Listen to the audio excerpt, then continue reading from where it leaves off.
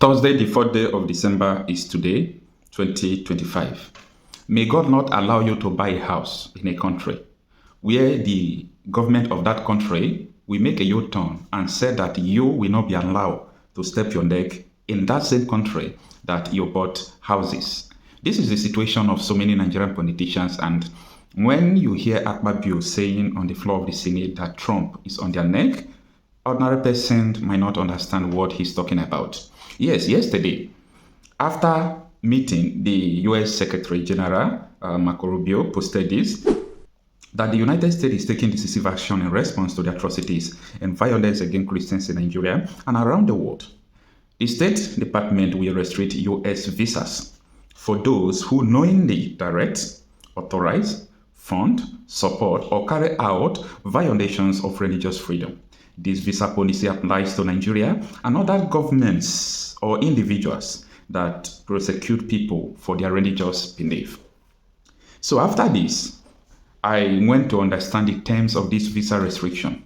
I came to realize that both the people who are sponsoring insecurity and their family members, so anything linked to them, will not be allowed to step their feet into America. Is America heaven? Of course, we know America is not heaven. We know Canada is not heaven. We know Australia is not heaven because Canada and Australia are following suit. These countries are not heaven, but time will come. You will know whether they are heaven or not. Okay? Now, I saw this thing that Sheikh Gumi posted today. Sheikh Gumi posted this. He said that, let me read the Daily Post Nigeria. Let me now refer to this newspaper post, Daily Post. It reads that popular Islamic scholar Sheikh Ahmed Gumi on Thursday prayed for God's wrath on those responsible for insecurity and bloodbath in Nigeria. Posting on Facebook, Gumi prayed God should punish the perpetrators and spare the innocent. I went there, I checked it on the comment section of Gumi, on the Facebook wall of Gumi. I saw it. Now, he said that people who are responsible for the insecurity in Nigeria and those who are sympathizing with the terrorists, that may the wrath of Allah be upon them.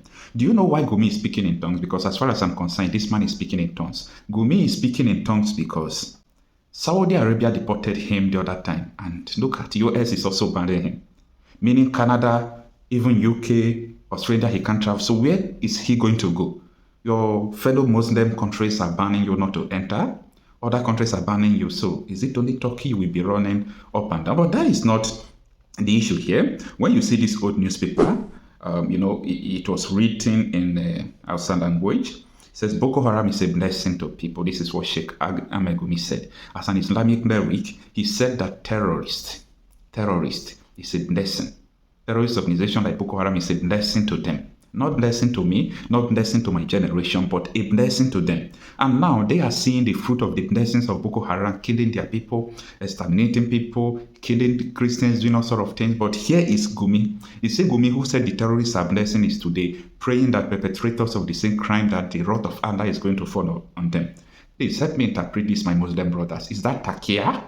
Because as far as I'm concerned, someone who said Boko Haram is a blessing and he has not retracted his statements, he said that these bandits are not terrorists who are killing the people, that they are not terrorists, that they deserve a better life. Such a person will now coming out to pray against these people again. Come on, is this not a deception? Now, that is not only that. I just said something here in this hash 2025 that Saudi Arabia deports Sheikh Gumi. Why? Because of connection with terrorism. And when Gumi came back, he said something that I don't want to compromise. Saudi Arabia deported me because I'm saying the truth. Saying the truth about what? No, saying the truth about what? What are you saying the truth? Which truth are you talking about? And if you want to say the truth, I think the truth should favor Saudi Arabia, of which you have the same faith with them. Why do they deport you? So these are the things that people have to understand. And every now and then, the picture of Gumi and his videos are all around the social media, which shows that he has engaged in all these things. So why is he praying now? Is it because of the blow that houses that these politicians have bought in abroad is about to be taken because of their link to terrorism sponsor? I made a statement the other day. I said, listen, if Tinubu did not release the name of terror sponsors, we are still going to know them one after the other. Because for US to place visa restrictions on people who are sponsoring insecurity in Nigeria. In other words, they already know them. So if US knows them and US has placed visa restriction on them, meaning we ourselves are still going to know these people. Now, after the whole, thing that transpired yesterday, this senator from Iowa, is a Republican senator, Mr. Chuk. He stood up on the floor of the Senate and made a very responsible remark. He said he thanked Trump for this step, but he is warning that another step will be followed. Take a listen.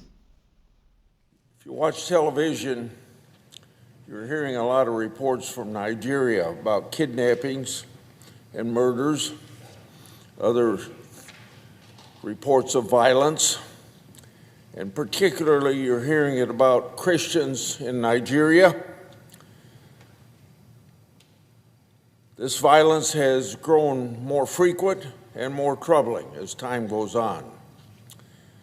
The enforcement of blasphemy laws by the Nigerian government, coupled with the rise of violent attacks by terrorists against religious communities, represents a serious infringement upon the freedom of religion that you're supposed to have in that country. Blasphemy laws are enforced in 12 Nigerian states and also at the federal level.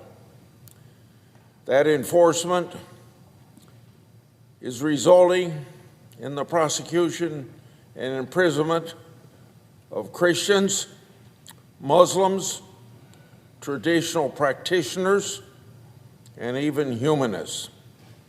Furthermore, violence by terrorists like Boko Haram and the other organization called the Islamic State West Africa Province continues to pose serious security challenges. Unfortunately, these challenges are not new development.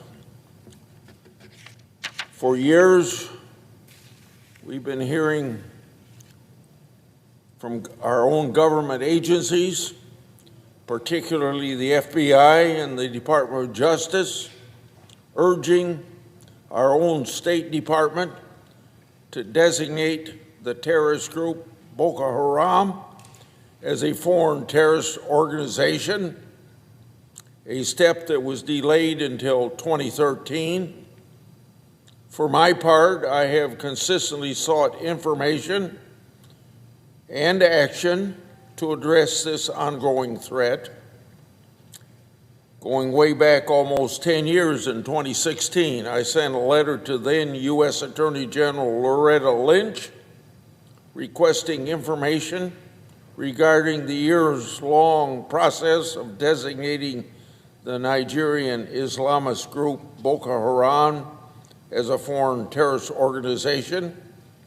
In 2020, I wrote to then Secretary Pompeo and Ambassador Sam Brownback asking what steps were being taken to protect Christians in Nigeria and whether a special envoy might be appointed.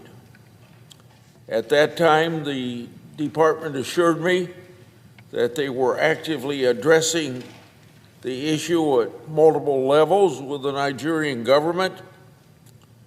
But now, years later, we continue to see concerning reports about violence and religious persecution in Nigeria.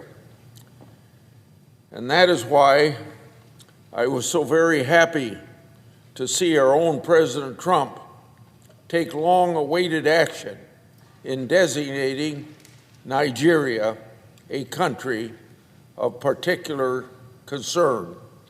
That designation puts Nigeria on a watch list, puts Nigeria on notice that if they don't take care of this situation, other things can intervene. The Nigerian government must take immediate action to end this violence, and the United States should do all it can to support and encourage those efforts. And once again, I'm proud to see President Trump on television at his news conferences and things like that, speaking up for Nigerian government to take action and supporting the plight of Christians in Nigeria. I yield the floor. So this is happening after last week that United States, used their unarmed drone that they flew from Ghana with their military spy plane to conduct some spy in Nigeria, and the report has it about the intelligence gathering and investigation and so on and so forth. People are asking, what is the next move of the United States? Do you know that even these politicians don't even know what is next? They are like, what will the US do? If you actually committed a crime and they are doing investigation about the crime, you are not going to rest. Like, you will be having that kind of blood pressure, tension. Your mind will not be at rest because you will be thinking, are these people talking about me? Who knows whether they are aware of this? I made this transaction. I made this call. I do this. I made this move. Like, these people are already in trouble. But nobody knows US next move because as of today, everything has been put in place. Investigation conducted. Testimonies heard. The House has met. They have done everything. They have done their probe. Like, Nigeria government's officials are guilty. The Nigeria government and our officials, they are guilty. So nobody knows the next move. Visa restriction is just an introduction. Anyway, it is what it is. Let's see what is going to happen. My emotion, because my emotion is high. In my own village, Ifonlaile, in my own village, they killed our king. They killed our king. I will say again, it's not an ordinary person they killed, though. They killed the king. I personally feel almost like Nigeria is the Wild West. And I want to be a part of that gunslinging Wild West, where we'll just be killing ourselves anyhow. As has been said, we have a minority to the tune of 7% who are running that country into hell, running the country backward, and nobody wants to admit it. We have been begging from the time of our World War for education to be the freedom of the nation. Those in the North have largely objected to that. We don't want European education. We want to invest ourselves in the Quran. I'm afraid this is the stupidity that those in the North are helping to oppress the whole nation. We are not speaking hard enough. We're speaking as though we are not competent to what's going on around us. We have a country that is going backwards, fast. Like I said, we know where these guys are. We know where they live. We know their parents. You know them as a government? Of course we do. They live with the same community we live. So why is it difficult to get them? That is the $1 million question that I should ask you. We are trying to understand, for those of us who are now conversant with Zamfara, have never been there, and we hear you as a chief security officer speak tonight to say you know these people, but yet you can't get them. It's a head scratcher. It is something that we are trying to all put our heads together. And that is why, from what I can do as a governor, to have this CPG as a first line of defense. Of course, military are there, police are there, as well as civil defense, but they are not under my control. They are under the control of federal government. And they are in trying to remove Jonathan, there were stateless persons that were from the Sahel region that were imported into Nigeria. You are in support of America invading Nigeria. 100%. Guns are blazing. I said 100%. Since the government have refused to listen and leaders are not even helping matters. Wouldn't that affect the sovereignty of Nigeria? That's the question I'm asking. Hold on. You now have a sovereignty where terrorists are not telling you what to do, Abi. You now have a sovereignty where terrorists are on the dining table with government, telling government what to do, and leaders are supporting it in Moses. That's really my annoyance. Why would anybody utter such words? These are things you should frown at. Who brought them into Nigeria? Was Nigeria like this in 1999? Moses, please be sincere to yourself. Who brought them into Nigeria? What are they doing here? Why are they not in Ghana? Why are they not in the Republic of Benin? Please, why are they not in South Africa? You can see, we forgot the genesis of our problem and we are blaming America. Let them come, if that will solve the problem. Since you people don't know what to do, let them come and help us. Look at now, as I'm talking to you now, almost 20 villages have been taken over in Plateau and Benue. Moses, who are those occupying those villages? Are they Christians? The real indigenous of those states are now in IDP camp, and they are the farmers in Nigeria. Can you beat that? Oh, what started Boko Haram? Everybody knows. It was started in Borno by the then Borno governor, Ali Sharif. He is still roaming the streets freely. Who started the Boko Haram crisis in Borno State? A governor, Muhammadu Ali Sharif. Let me first of all say that the idea of bringing people from outside the country to destabilize wasn't, I didn't say they brought people to destabilize. What I said was that the idea, they actually brought people into the country with the intention that those people will come and vote for them. I think you understand? And they never realized, they never knew, they were never convinced that they were going to win that election because PDP was very, very strong on ground. So the fear was that they were going to lose the election. So the only thing they could do was to bring in people who could serve as mercenaries to come and win elections for them through the back door. But when the new PDP came on board and joined them and to form the APC and won the election, they didn't know what to do with those people. And in the process, those people became uncontrollable. Many people have spoken about that. You've mentioned a name now, although I hate to mention names. You've mentioned a name now. You've mentioned the El-Rufai. He talked about them.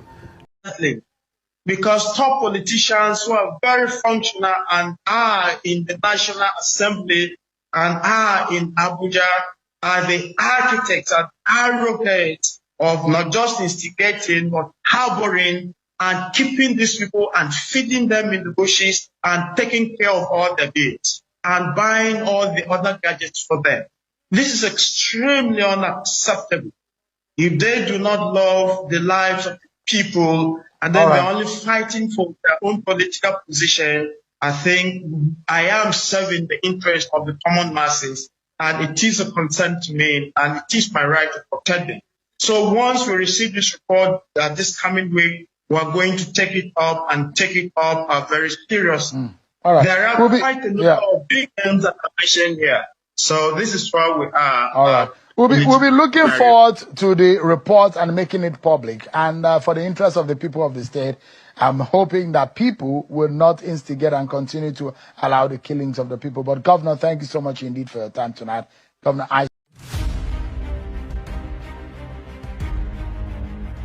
Aswaju called me. He says, Hajia, I said, sir. He said, I respect your stance on not accepting the appointment. I said, yes, sir. Because I can't be a zombie. I just can't follow you because you said I should follow you.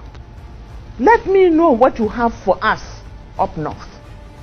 Because if I made a mistake on Buhari, with you, the truth is written on the horizon. So I have to know what you have for us. He said he's in London, that if I can, I should go over. He offered to buy me a ticket. I said, no, sir, I can afford a ticket. And then he said, can I get a hotel for you? I said, yes, that I will appreciate. I took the next Lufthansa to London. I saw him that same night, and we sat. And I said, sir, the reason why I'm not accepting your appointment is because I don't know what you have for us up north. Because in the north, every single person is either waiting to be killed or kidnapped. We can't go on like this. What is your blueprint for us? He told me that he doesn't have anything for us. I said, you mean, sir, you don't have a blueprint? He said, I can't have a blueprint because if I have a blueprint, I'll be stepping on too many toes and they might even kill me. This was what he said.